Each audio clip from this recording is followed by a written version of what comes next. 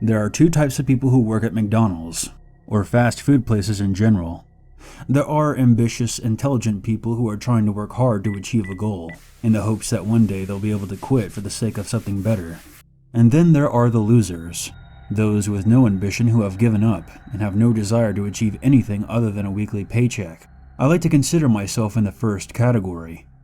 As I was working hard to afford my apartment while taking classes at the local community college, I normally worked the later shifts at the drive-thru window, which is the one spot most employees hated working the most.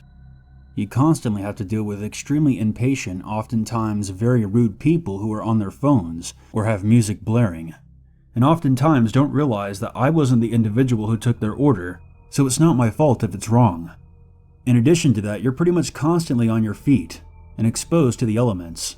No matter how cold, windy, or rainy it is, you have to keep leaning out into it, wishing that you were in a warm car about to drive away from this place. My point being is please try to be more kind and patient with the drive-thru people.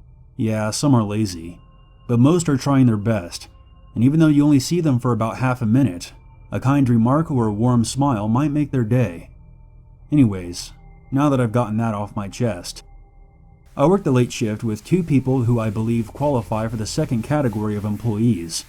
Connie was a high school dropout who was almost always late and was never invested in what she was doing, and Harold was a deadbeat who often smelled like weed and only kept the job because otherwise his parents would throw him out of the house. He was 32 years old. So one night I was there after 11 p.m. by the drive-thru window on an extremely cold January night, flipping through the pages of my class notes and trying to keep warm by the fry machine. Connie was mopping while looking at her phone, and Harold was in the back probably getting baked in the walk-in cooler. That late at night, we rarely got customers, and if we did, they were almost always zonked-out college kids who used the drive-thru but never physically walked into the restaurant.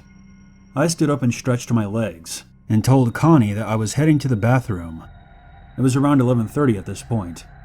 I came back less than 5 minutes later, with Connie more or less in the same spot that she was before. I walked past her and turned the corner to return to the window, and froze dead in my tracks. There was a bald man in white face makeup and a black hoodie standing directly outside the window staring in.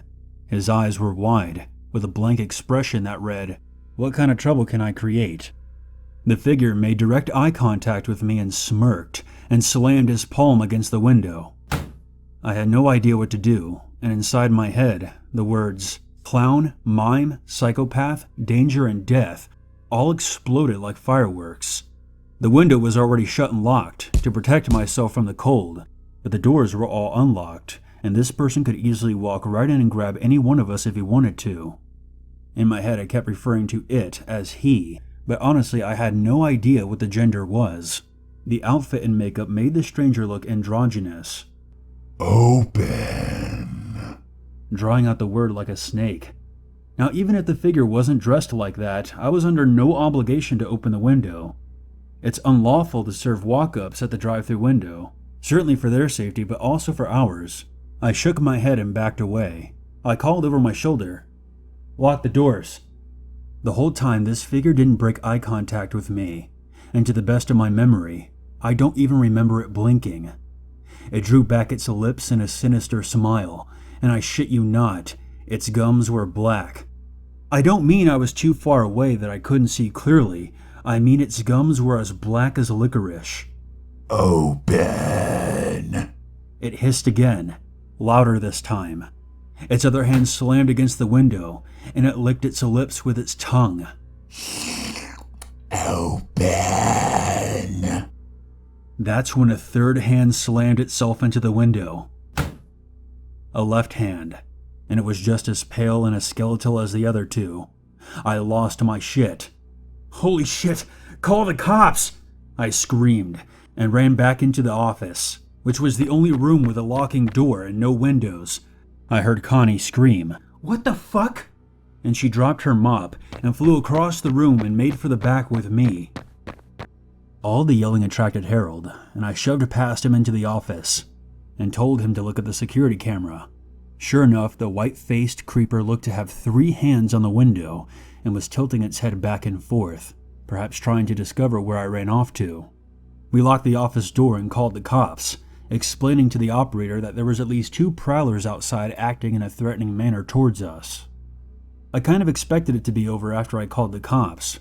If it was a prank, they would run once they realized they scared me enough to call 911. But it didn't end there.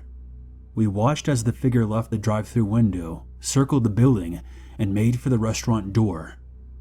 "Is there a second one? Look for a second one," I panicked while still on the phone with the operator. Connie was freaking out, and Harold was muttering something about not getting the police involved, likely because he was carrying weed. That's when the power went out. Everything. Cameras, lights, phone, the whole building went down. And barely 10 seconds after we all quieted down after shouting at each other in the dark, we heard footsteps in the dining room area. "Connie, did you lock the doors?" I whispered. She didn't reply. I think she had her hand pressed over her mouth. "Open!" We heard a voice call from outside the room in the dark. "Open!" The shout came at least 3 more times, circling from the kitchen to right off the hallway where we were hiding. I was convinced I was about to die, and every decision I had made in my life that brought me there was flashing before my eyes. We heard footsteps pass the office.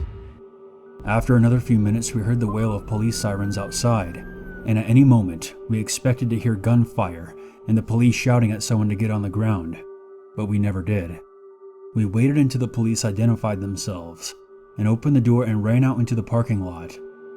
Since the power was down, we couldn't show the cops the security footage, so we just told them what we saw. They swept the whole building and said it was clear. The owner of that particular franchise store showed up about an hour later, after Harold and Connie had left. I waited for the power to be restored, so an officer could escort me back inside to collect my belongings. The next day my manager called me and asked me to work the night shift. I asked him if the creep from last night had been caught. When he said, "There was no creep," I told him I quit and hung up the phone. This story is completely true. I have no idea what caused the power outage, which apparently erased all the security footage from the day. Without proof on video, my manager and the cops concluded that it was an elaborate prank, but that third hand still bothers me to this day, even more so than its hungry, inhuman eyes. Sure, it could have been a prank, but I wish someone would just confirm that for me, so I can sleep again. Keep your windows locked at night, and if you hear someone tapping from behind the curtains, don't open them.